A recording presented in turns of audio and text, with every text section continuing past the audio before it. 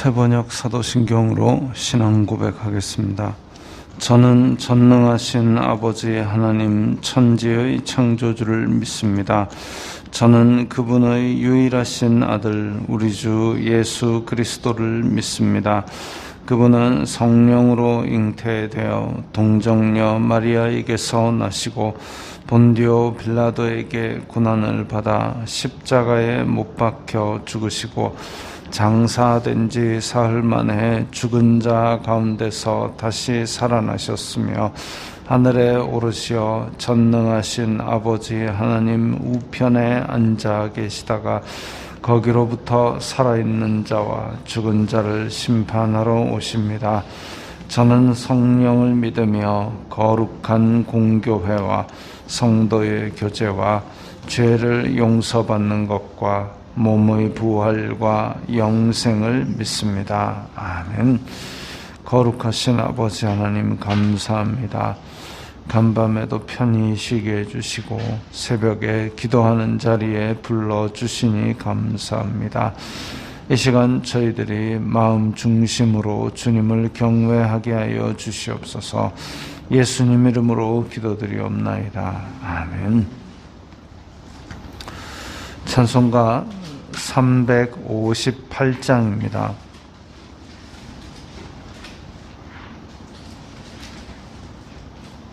찬송가 358장입니다.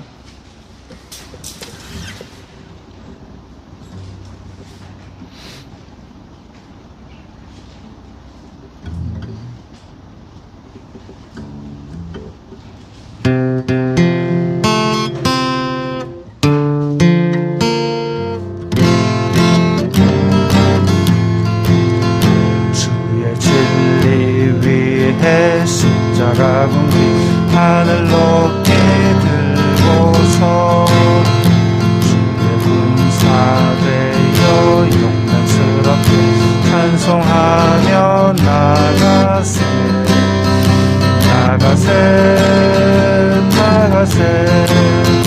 주 예수만을 위하여 목숨까지도 바치고 싸움 걸어 나가세 원수들이 뒤로 당할지라도 주의 군기 붙잡고 주의 진리 위해 일하여 분발하여 싸우세 나가세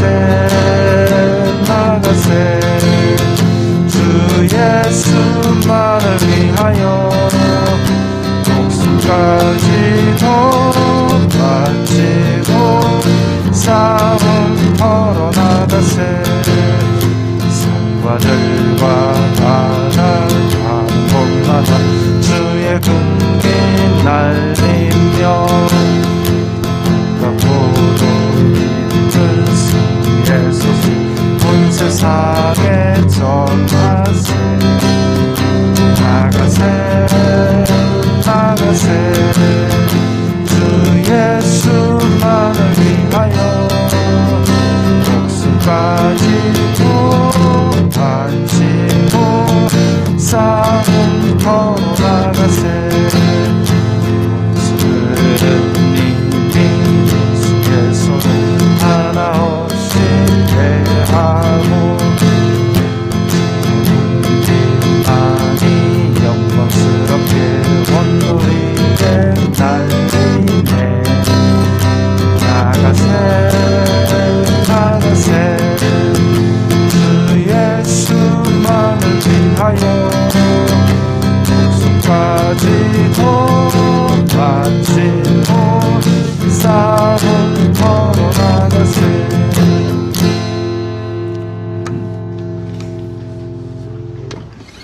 오늘 말씀은 요한복음 5장 1절부터 9절까지의 말씀입니다.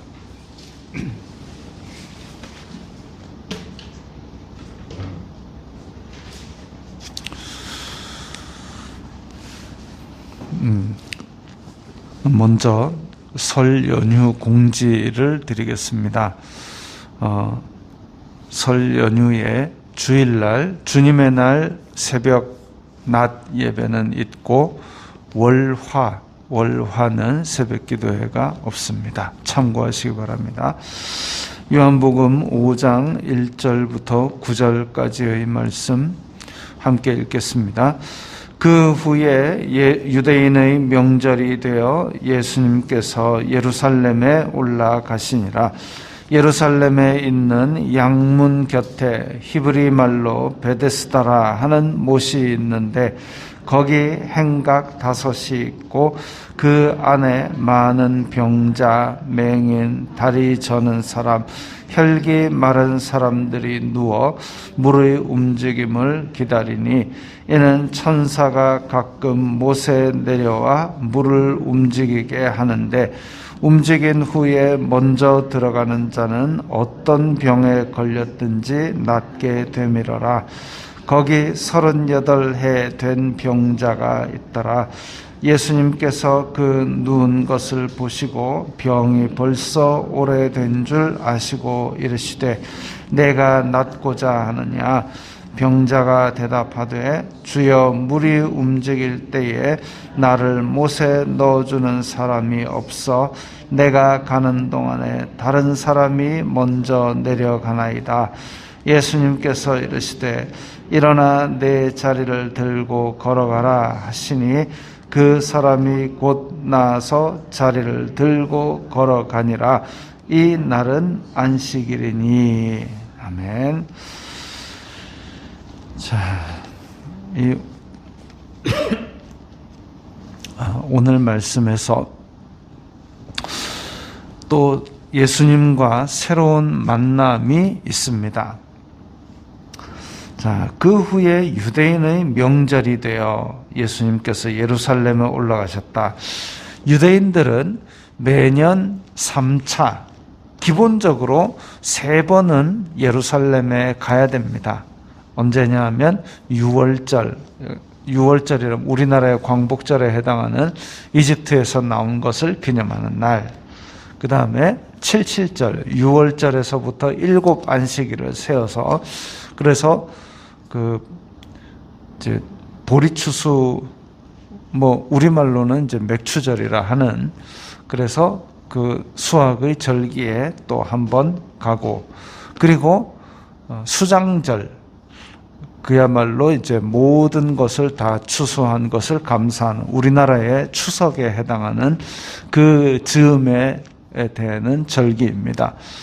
6월절도 이집트에서 나올 때 그때 보리싹은 아직 트지 아니하였으므로 피해가 없었다. 그러니까 6월절도 어떤 수확의 절기이고 또 77절도 수확의 절기이고 수장절도 수확의 절기입니다. 그래서 수확의 절기 세 절기는 하나님께 예루살렘에 모여서 축제를 즐기고 기쁘게 감사의 그런 예배를 드리도록 그렇게 되어 있습니다.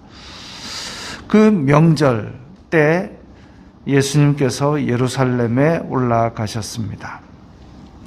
예루살렘에 있는 양문 곁에 예루살렘 성은 지금 예루살렘 성은 그 성전을 중심으로 되어 있다고는 하지만 남쪽으로는 뾰족하게 절벽처럼 되어 있습니다.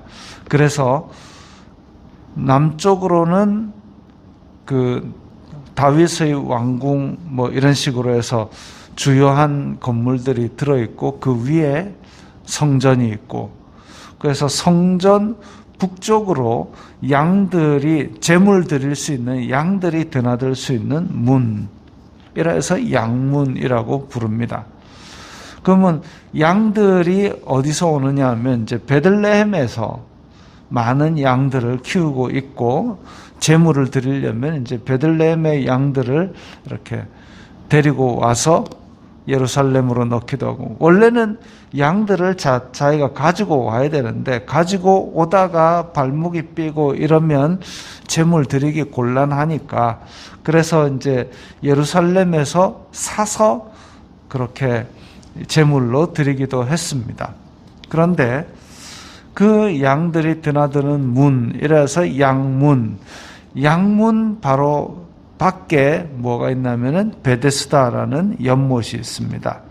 연못이 있는데 그 연못이 모양새가 거기 행각 5이 있고 이랬는데, 행각이 뭐냐면은 복도가 있고 복도 위에 지붕으로 덮여 있는, 그러니까 복도에 기둥이 따다다다 서 있고 그 위에 지붕이 덮여 있는 그런 길다란 회랑, 이런 것을 행각이라 그럽니다. 행각. 그래서 거기에 행각 5이 있다. 저는 이제 어릴 적에 베데스다라 하는 연못이 있고 행각 5이 있다. 어떻게 생각을 했냐면, 베데스다라는 연못, 그러면 우리가 생각하는 연못 있잖아요. 동화책에 나온 둥그런 연못, 그 둥그런 연못이고, 행각 5, 행각 이러면 머릿속에 이제 우리나라는 정자 같은 것들이 있으니까, 그러면 연못이 있고 정자 5개가 있나 그 생각을 했는데, 그 전혀 그림이 다릅니다. 베데스다라는 연못이 어떻게 생겼느냐면, 그 전자시계의 팔자 있지 않습니까? 전자시계의 팔자, 네모 2개가 연결되어 있는, 그렇게 생겼습니다. 베데스다의 연못 자체가. 그래서 이 윗 수조와 아래 수조가 있어가지고, 그래서 윗 수조에서 한 번씩 맑은 물을 내려보내고, 그래서 밑에 수조가 있고, 그 베데스다라는 연못이 예전에는 그 양들 오기 전에 거기서 씻는 그런 역할을 담당했던 그런 못이었습니다. 그 행각 5이 뭐냐면, 그 사각형 2개가 연결되어 있으니까 하나, 둘, 셋, 넷, 5, 이 복도가 있는, 지붕이 있는 회랑 5개가 그렇게 5개입니다. 그래서 전자시계의 팔자를 생각하시면 됩니다. 그게 이제 지금 앞에 지도에 보면 저 성전이라고 되어 있는 그 위에 아주 희미하게 보이는 하늘색으로 이렇게 사각형 2개 있는,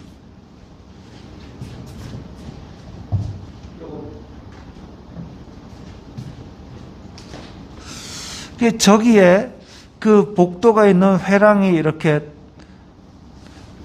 쭉 이어져 있으니까 거기에 병자들이 많이 모여들어 있습니다. 그래가지고 물의 움직임을 기다린다.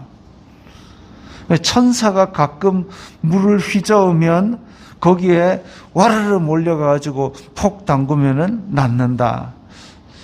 이게 과연 하나님이 보낸 천사가 이렇게 물을 휘저어가지고 아수라장을 만드는 것이 하나님의 뜻인가?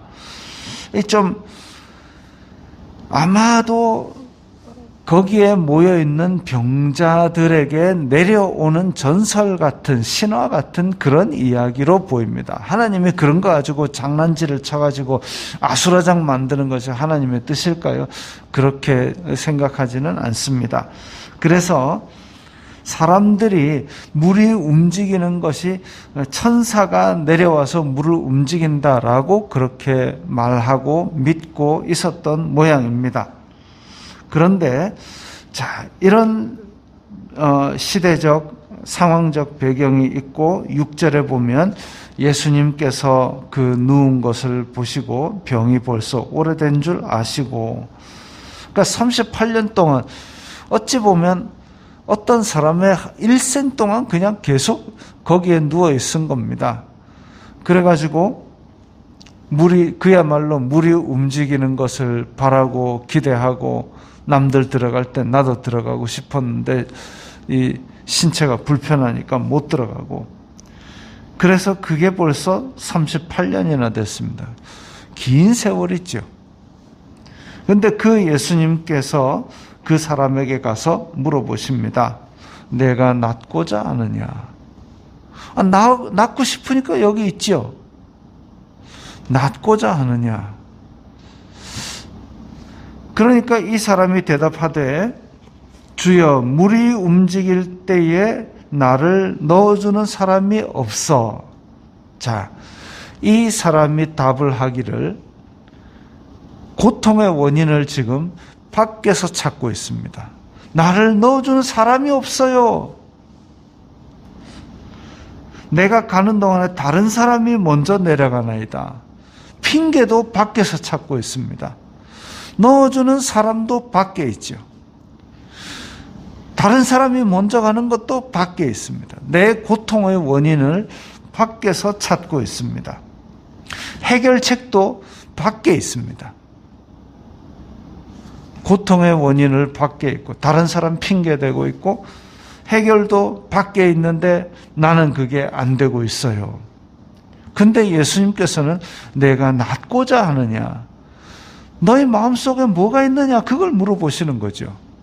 낫고 싶으니?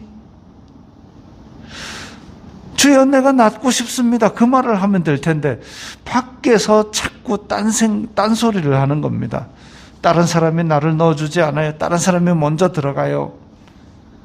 나는 저기에 저 물에 들어가야만 나을 것 같은데 그거는 물에 들어가야만 낫는다는 자체도 이미 어디서 나왔는지 모를 근거 없는 이야기입니다. 그런데 밖에서 들어오는 그 어떤 근거 불투명한 그야말로 떠도는 이야기에 자기의 인생을 걸고 38년을 거기 누워 있었던 거죠. 예수님께서 내가 낫고자 하느냐? 내 마음속에 뭐가 있느냐? 너의 소원이 무엇이냐? 구약시대 때부터 믿음의 사람들에게 계속 하나님께서 물으셨던 내 소원이 무엇이냐? 그걸 물으셨는데 이런 엉뚱한 이야기를 하고 있습니다. 그러나 예수님께서는 일어나 내 자리를 들고 걸어가라. 그 사람의 모든 문제를 해결을 해 주신 것이죠. 어찌 보면 이것이 우리의 삶에 찾아오시는 예수님의 방법이기도 합니다. 우리는 자꾸 딴소리하고 자꾸 밖에 핑계를 대고 자꾸 밖에서 해결책을 그야말로 근거가 불투명한 신화 같은 이야기에 대해서 그렇게 해결책인 줄 착각하고 있는데 거기에 대해서 물으시는 거죠. 네가 낫고자 하느냐. 그리고 우리의 문제를 해결해 주십니다. 일어나 자리를 들고 걸어가라. 그 사람이 곧 나아서 자리를 들고 걸어가니라. 이 날은 안식일이라 그랬습니다. 자, 명절인데다가 안식일. 명절은 아까 말씀드린 것과 같이 풍요로운, 뭔가 수확을 해서 풍요로운 절기가 바로 명절입니다. 그 다음에 안식일. 안식일이라는 것은 쉬는 날이죠. 하나님께서 엿새 동안 힘써 내 일을 하고 이 날은 내가 구별한 날이니까 쉬어라. 그런데 명절이자 안식일인데도 불구하고 풍요로움을 누릴 수 없었고 안식을 누릴 수 없었던 자들이 바로 이 베데스다 연못가에 누워있던 자들입니다. 그야말로 어떻게 될지 알 수 없는 것에다가 자기의 인생을 걸고 거기에서 뭔가 바뀌기를 기대하고 누워있는 거죠. 명절이자 안식일에도 명절도 누릴 수 없고 쉼도 누릴 수 없었던 자들, 어찌 보면 이집트에서 430년 동안 노예 생활을 하면서 이 명절을 즐거워하거나 안식에 쉴 수 없었던 그런 노예 생활을 하던 이스라엘 백성들, 또 한편으로는 에덴 이후에 진정 에덴이라면 즐거움이라는 즐거움의 동산, 근데 에덴을 잃고 죄의 노예가 되어서 쉼이 없었던 인생들, 그런 인생들을 생각하게 만듭니다. 그래서 그런 사람들에게 예수님께서 찾아오셔서 내 속에 무엇이 있느냐를 물어보시는 거죠. 그랬는데도 분명히 죄인들은 어리석어서 딴소리를 합니다. 밖에 있어요. 내 해결책은 밖에 있는데 딴 사람이 해결 좀 해줬으면 좋겠는데 아무도 해결을 안 해줘서 나는 이렇게 고통을 받고 살고 있습니다. 이집트에서 노예 생활하던 이스라엘 자손들에게 그래서 하나님께서 모세를 보내서 그냥 데리고 나오셨죠. 또 에덴 이후 참 쉼이 없었던 죄인들에게 예수님께서 십자가에 달려서 못 박혀 죽으셨죠. 이런 만남이 바로 예수님께서 우리에게 베푸시는 은혜입니다. 한편으로 예수님께서 일어나 자리를 들고 걸어가라, 38년 된 병자가 일어나 가는 것을 그 주변에 행각에 있던 많은 병자들이 봤을 텐데 거기에 대한 기록은 여기 나와 있지 않습니다. 오히려 안식일에 대해서 왜 저 자리를 들고 걸어가지, 이런 사람들은 있었지만 자리를 들고 걸어가는 그 병자를 보면서도 분명히 38년이나 누워있으니까 저 사람이 저 자리에 누워있는 병자라는 것을 다 알고 있었을 겁니다. 그러나 보고도 예수님께 고쳐달라는 이도 없었고, 오히려 병자만 야 안식일에 들고 걸어가면 되나, 그 얘기만 하고 있는 거죠. 왜? 여기에 누워있는 다른 사람들도 다 똑같이 생각합니다. 아이고, 나는 넣어주는 사람이 없어가지고 내가 여기서 계속 있고 다른 사람이 먼저 계속 들어가기 때문에 나는 여기서 병을 계속 고통을 받는구나, 그 생각하고 있는 거죠. 눈앞에서 예수님의 놀라운 은혜가 펼쳐지는데도 부인하고 있는 시대의 상황을 말하고 있습니다. 여기서도 똑같은 여러 가지 군상들이 있죠. 현대인들을 바라볼 수 있는 군상입니다. 앞에서 예수 그리스도의 은혜가 펼쳐지는데도 여전히 딴 생각하는 사람, 예수님께서 네 속에 뭐가 있느냐 물으시는데도 여전히 바깥에다가 핑계를 대고 있는 사람. 그런데 우리는 오늘날 현대를 살아가는 우리도 예수님께서 이렇게 말씀으로 베풀어 주시는 은혜가 있는데도 불구하고 어떤 생각들을 어떻게 하고 있는가 모르겠습니다. 예수님 앞에서 내 속에 있는 그야말로 심장과 폐부를 찔러 쪼개는 예수 그리스도의 말씀 앞에서 내 현실적인 모습을 그대로 바라보면서 있는 그대로 예수님 앞에 나아가서 예수님 앞에 내 모든 것을 내어놓고 그의 은혜에 의탁하는 우리들이 되어야 되겠습니다. 기도하겠습니다. 거룩하신 아버지 하나님, 감사합니다. 저희들이 이 세상 속에서 마치 베데스다 연못가에 물 흔들리기를 원하며 그걸 핑계대고 그대로 고통 가운데 누워있는 어리석은 사람이 아닌지 모르겠습니다. 우리에게 와 있는 예수 그리스도의 은혜의 말씀 앞에 우리의 모습을 그대로 바라보고 우리의 속의 것을 다 예수님께 구하면서 그 은혜에 의지하는 저희들이 되게 믿음을 주시옵소서. 예수님 이름으로 기도드리옵나이다. 아멘.